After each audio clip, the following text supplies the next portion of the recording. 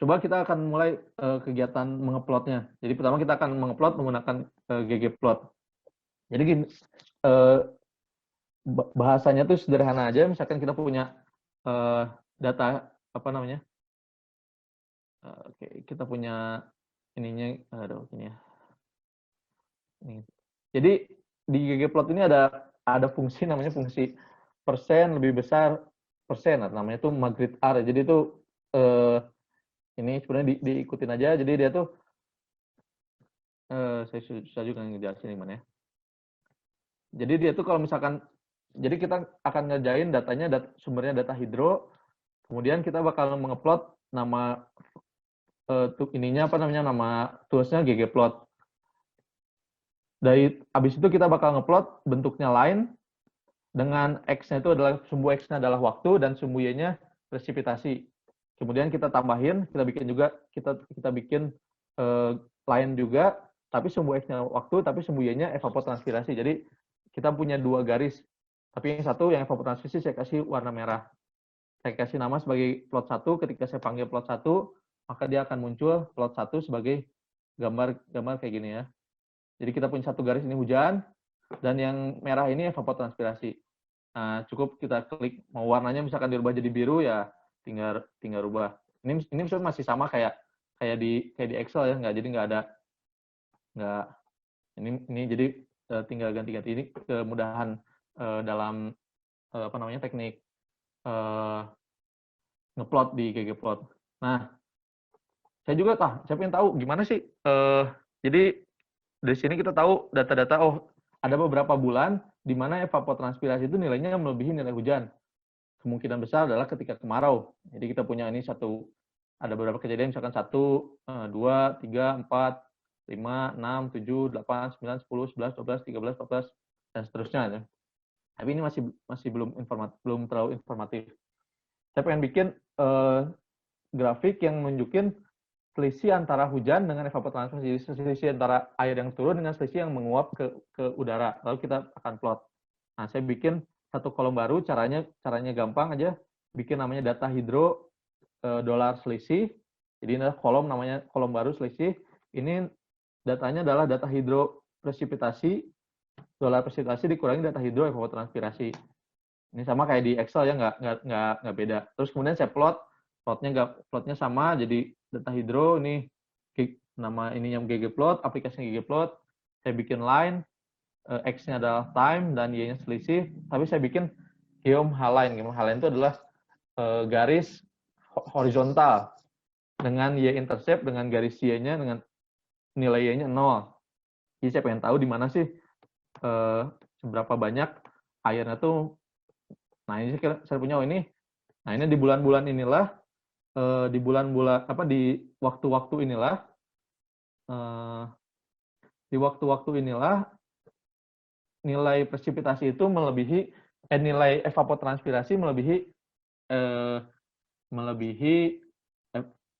nilai evapotranspirasi melebihi presipitasi, jadi melebihi hujannya. Jadi ini adalah tanggal-tanggal yang kita punya. Nah, oke, kita punya 20 tahun ya, dari 2000 sampai 2020. Nah, sekarang saya pengen tahu secara bulanannya tuh, kalau dibikin bulanan tuh kayak gimana itu caranya.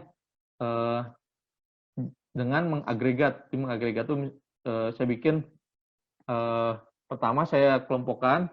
Jadi data hidro ini saya group by tahun nih, by year. Kemudian saya bikin namanya summarize, ada fungsi summarize juga.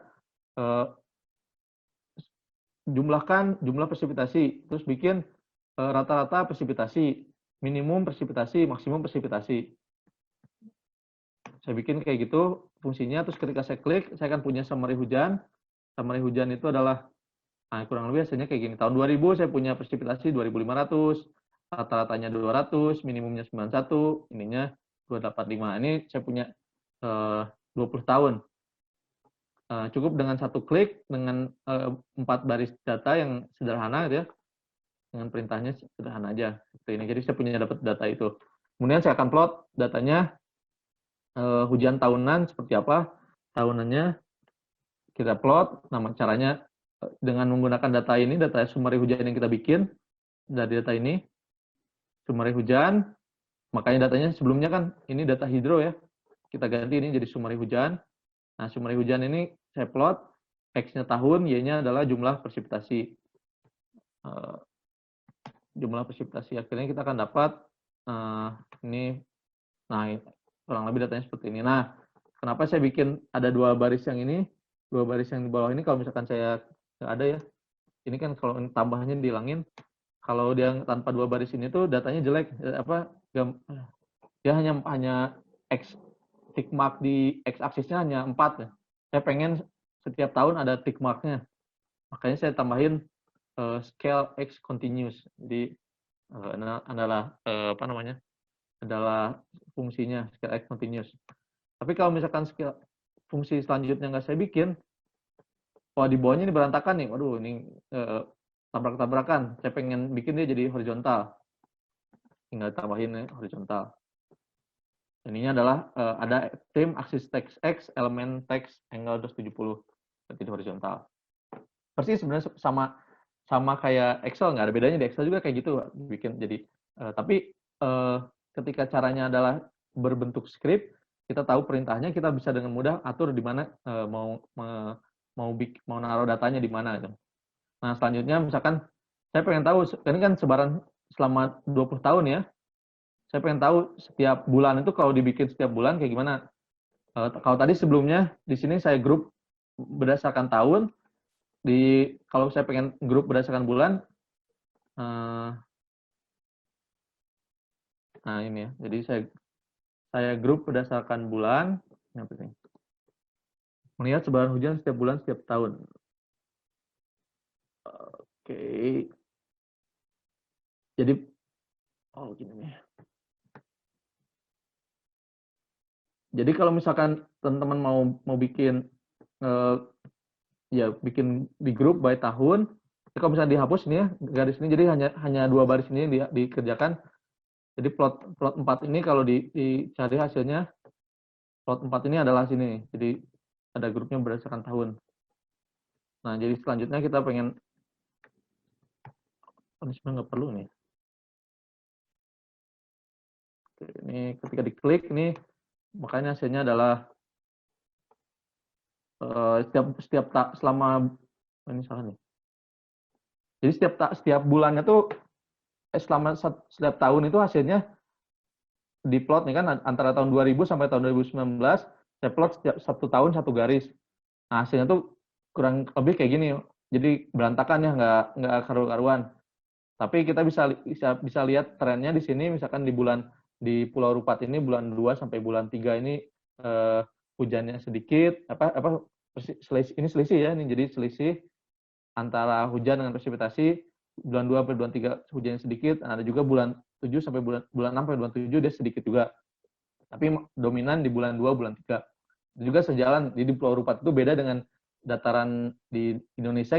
Kita tahu umumnya kemarau itu terjadinya bulan Agustus, September, Oktober, tapi di Rupat itu beda. Di Kepulauan Gambut, Pulau Rupat, Pulau Rangsang, Tebing Tinggi, hujannya tuh kemaraunya tuh 2 kali. Ada kemarau di bulan Februari, Maret, sama bulan September, Oktober, November. Agustus, September, Oktober. Ada 2 kali. Ini kita tahu dari data ini juga. Tapi data ini nggak karu-karuan nih, saya nggak suka. Saya pengen bikin datanya tuh lebih enak dilihat. Nah, saya akan ngeplot datanya tuh menggunakan box plot. Jadi box plot itu saya kelompokkan semua datanya setiap bulan itu sebarannya seperti apa. Jadi caranya kalau misalkan pengen bikin box plot, ya box plotnya ganti geomnya bukan geom lain tapi geom box plot. Jadi AS-nya X-nya bulan, Y-nya presipitasi, tapi dia dikelompokkan berdasarkan bulan. Jadi harus di grup. Jadi ketika saya klik ini hasilnya adalah plot 5, dia menghasilkan box plot yang seperti ini. Jadi yang garis tengah ini kalau nggak salah median nilai, ini median. Yang atas itu apa ya? Kuantil apa yang sini tuh.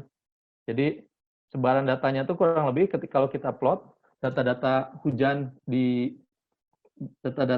ini hujan di Pulau Rupat, sebarannya kurang lebih seperti ini. Kita tahu bulan 2 hujannya tuh sangat kecil tuh dibandingkan bulan-bulan yang lain. Jadi kita punya dia nilainya tuh antara nyaris mungkin 20 sampai 200 range-nya, tapi mediannya di sekitar 120. Nah, dari sini kita bisa tahu sebaran data kita, oh hujan selama 20 tahun itu hujannya seperti apa kondisi. Kita bisa ekspektasikan hujan kita tuh maksimumnya berapa, minimumnya berapa. Kalau kita mau risiko kekeringan di sana tuh minimumnya berapa, maksimumnya berapa. Meskipun ada juga cara misalkan debit andalan 80, hujan andalan 60, itu biasanya yang cara-cara yang umum tuh hujan andalan 80, hujan andalan 70 dan seterusnya. Tapi kita coba pakai ini box plot ya, menampilkan datanya seperti ini sebagai box plot. Nah, saya juga pengen membuat visualisasi yang sedikit lebih elegan. Jadi caranya tuh saya pengen menggunakan package GG Ridges. Jadi dibikin, nah kita lihat aja seperti apa GG Ridges ini, nanti saya akan bahas. Nah, karena kita belum download GG Ridges harus diinstal dulu, nanti karena sebelumnya nggak ada, kita install ini GG Ridges. Ini saya panggil dulu GG Ridges. Ini hasilnya tuh GG Ridges kayak gini nih ya, GG Ridges. Nah, saya ingin ngeplot datanya tuh. Nah, saya ngeplot data hujan tuh seperti ini. Ini jadi yang XY ini adalah yang ini X itu adalah selisih hujan minus evapotranspirasi, Y-nya ini adalah bulan. Nah, saya pengen foto, ternyata sebaran datanya tuh kurang lebih seperti ini. Jadi semakin yang gendut itu berarti dia sebarannya paling banyak, yang makin dia landai, makin dia kurus, sebarannya makin dikit. Jadi kita punya selisih misalkan di bulan 1 itu ya rata-ratanya segini, rata-rata selisihnya tuh mungkin di sekitar 0 sampai 10. Jadi plus lah di bulan 1. Tapi bulan 2 angka kita makin ke kiri, dia makin defisit. Kita makin kelihatan, oh ini tuh defisit mungkin sekitar minus 50 mm defisitnya. Nah, kita bisa ekspektasikan di sini, oh mungkin di sini akan kekeringan. Dan dia akan terjadi lagi nanti di bulan bulan 5 ya. Bulan 5 ada 2 kali, sempat terjadi 2 kali di sini, ada sempat di 100, tapi dia sempat juga di 0 dan seterusnya. Jadi kita bisa punya gambaran yang apakah ya kita bisa berdebat tampilan mana yang lebih efektif untuk menunjukkan menunjukkan selisih, menunjukkan sebaran data. Tapi ya ini salah satu gambarannya, salah satu cara menggambarkan selisih hujan minus evapotranspirasi. Nah, selain GG Ridges ini, jadi ini itu namanya tuh kalau saya nggak salah ada nama grafik apa gitu namanya itu, grafik mountain apa gitu, grafik gunung. Ini juga box plot juga ada temannya. Jadi selain box plot ini, dia bisa dibikin juga seperti violin. Jadi box plotnya kita bikin modelnya geom violin misalkan. Geom violin, dia tuh akan hasilnya tuh kurang lebih kayak gini. Jadi sebaran hujannya tuh ada di yang gendut-gendut ini. Nah, jadi kita punya di bulan 2 tuh macam-macam di sini. Nah, jadi sebarannya tuh bisa kita bisa atur visualisasi mana yang menurut kita paling cocok untuk menggambarkan, yang paling komunikatif untuk menggambarkan kondisi di daerah kita gitu. Nah, salah satu cara lain yang bisa dipakai adalah bikin time series. Ini adalah cara yang agak elegan ya, menggunakan time series. Jadi saya pengen tampilkan time series-nya, datanya tuh tampilannya sama seperti data yang mana ya? Seperti data ini, plot 4 ini. Saya pengen tampilkan plot 4 ini tapi dalam time series. Jadi kita bisa lihat gambarannya, perubahannya dari tahun ke tahun itu seperti apa, biar lebih jelas daripada gambar yang ini. Nah, caranya tuh di ggplot tuh gampang banget.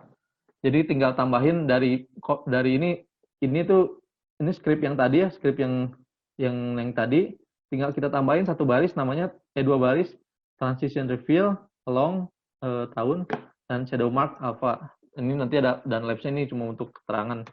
Nah, kita klik, nanti dia tinggal kita kita enter, nanti dia bakal loading. Nih kalau misalkan ada tanda ini, tanda merah ini, dia berarti sedang loading data.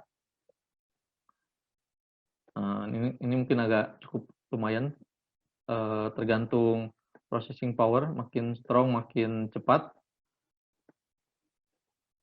Nah, kita tunggu sambil kita tunggu saya bakal jelasin ini baris per barisnya ya di animasi ini. Jadi pertama saya data hidro ada data utama kita, saya kelompokkan berdasarkan tahun, kemudian saya plot dengan ini baris ggplot. Saya akan bikin sebuah line namanya geom line, bikin line ya, jadi sebaran line. Line-nya itu X-nya adalah bulan, Y-nya itu selisih antara hujan dan evapotranspirasi. Dan itu kalau dia akan keluarnya tuh setiap tahunnya sekali, dan warnanya, color-nya tuh setiap tahun warnanya beda. Terus ini scale X continuous ini untuk bikin untuk bikin X-axisnya, keterangan X-axisnya. Ini X-axisnya saya bikin batas kirinya 1, batas kanannya 12, dan saya bikin setiap 1 sampai 12 itu ada satu data. Ini nggak muncul nih. Kenapa lama ya? Sorry, ini lama nih. Baca stop. Kita bikin lagi. Animasi.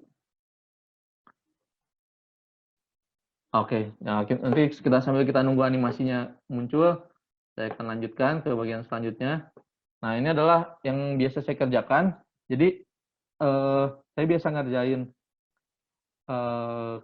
pengaruh musim terhadap sebaran hotspot ya, kebakaran di Pulau Rangsang selama 20 tahun terakhir. Nah, apakah ada hubungannya antara musim dengan kebakaran dengan sebaran hotspot? Kita tahu hipotesisnya tentu ada kaitannya. Kalau misalkan musimnya kering, hotspotnya banyak. Kalau musimnya basah, hotspotnya sedikit. Data hotspot yang saya pakai adalah data dari FIMS NASA yang mendeteksi hotspot menggunakan satelit MODIS dengan resolusi data 1 km. Nah, data ini bisa diunduh di sini nih, FIMS MODAPS eodis.nasa.gov. Nah, cara menampilkannya, ini datanya yang tadi ini, yang file sini nih, yang file archive ini, file archive M6, sama seperti yang tadi, kita panggil aja CSV, filenya ini, headernya oke, kita bikin true, ini default. Terus ini kita panggil. Wah, ini kayaknya animasinya ada error nih. Aduh, nggak tahu kenapa nih. Kenapa ya animasinya error ya?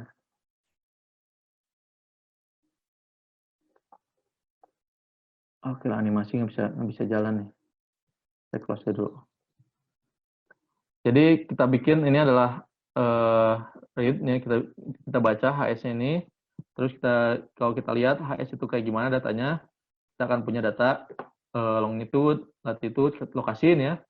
Ini brightness ini kita bisa abaikan lah, brightness can track. Yang penting buat kita adalah acquisition date ini. Kemudian confidence. Nah, yang confidence level yang ini penting buat kita tahu. Jadi biasanya di Indonesia tuh kita percaya kalau confidence-nya tuh lebih atas 80%. Kalau di atas 80% berarti confidence-nya itu kita bisa percaya di situ ada hotspot. Kalau enggak tuh cuma outlier satelit tuh. Jadi pertama ini date-nya saya bikin seperti tadi, save as date. Ini saya juga bikin bulan dan tahun. Kayak yang tadi juga sama. Kemudian saya coba summary-kan hotspot yang lebih besar, yang dengan filter saya confidence-nya lebih besar dari 80. Saya kelompokkan by bulan. Kemudian saya bikin namanya tali. Tali itu kayak untuk summary ya, untuk bikin summary. Nah, jadi saya akan punya data kurang lebih seperti ini. Tiap bulannya tuh saya hanya ada 10 bulan yang kita deteksi ada hotspot. Bulan paling banyak terjadi hotspot tuh bulan 2 dan bulan 3. totalnya selama 20 tahun terakhir itu terjadi 736 teramati, terdeteksi 736 hotspot di bulan 2, 643 hotspot di bulan 3. Tapi di bulan 6, bulan 7 yang musim kemarau kedua, hotspotnya lebih sedikit. Jadi hanya 155, 170. Ini, nah terus saya pengen plot data ini, data hotspot ini, summary HS ini. Saya plot setiap bulan ya. Kalau saya pengen plot hotspot setiap bulan, saya bikin HS ini, saya grup by bulan. Jadi dikelompokkan berdasarkan bulan. Kemudian saya bikin tali juga. Terus saya plot ini dan saya panggil. Ketika saya panggil maka akan ada plot. Nah ini adalah setiap bulan itu sebaran hotspot di selama 20 tahun, sebaran hotspotnya bulan 1 ada sekian, bulan 2 ini ada 700, dan bulan 3 ada 600, bulan 4 sekian, dan seterusnya. Jadi ini adalah sebaran hotspot setiap bulan di titik ini. Tapi